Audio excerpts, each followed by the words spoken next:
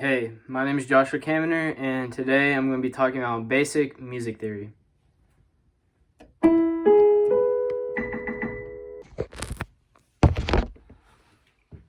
Before we can get into the science behind music theory, let's get into the history first. Music theory was first invented around 350 BCE by Greek philosophers like Aristotle. These Greek philosophers would write into parchment paper, clay, bricks, which around this time is unheard of, because usually music is often memorized or improvised around this time.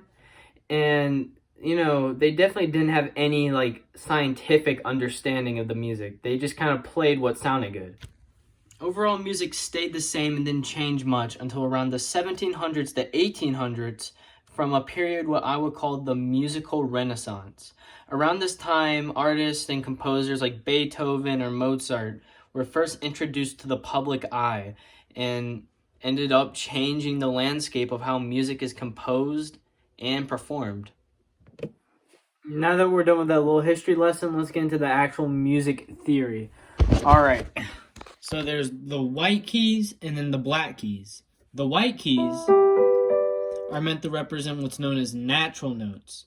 These natural notes are basically just the basic building blocks of the musical alphabet. The notes in between them, though, the black keys, are known as sharp or flat notes. They can be interchangeable.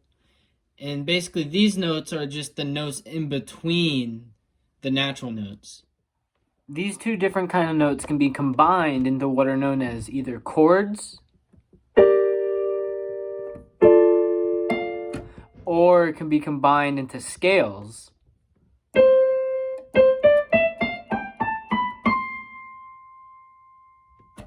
The scale that I just played you is called the C major scale. Fun fact about the C major scale is that it's actually all naturals, so it's only the white keys that I'm playing.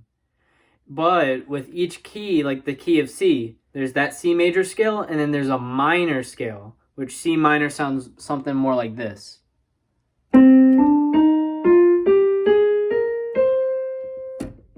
The difference between major and minor is that minor is more just like sad or mysterious, while major is more uplifting and happy. It's just kind of on preference or just what kind of sound you're going for in your music.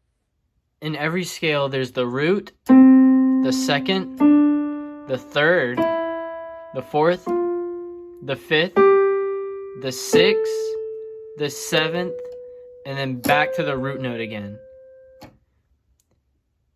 With this basic understanding of the scales, we can use it to actually build onto chords. Like a basic chord structure would be the root, the third, the fifth, and the seventh, and then back to the root. And that would be like a basic chord structure for like a major key. Same can be said about the minor key, where there's the root, the second, the third, the fourth, the fifth, sixth, seventh, and then root. And then we can use to build minor chords off this. So there's the first, third, the fifth, and the seventh, and then back to the root again, which makes a minor chord.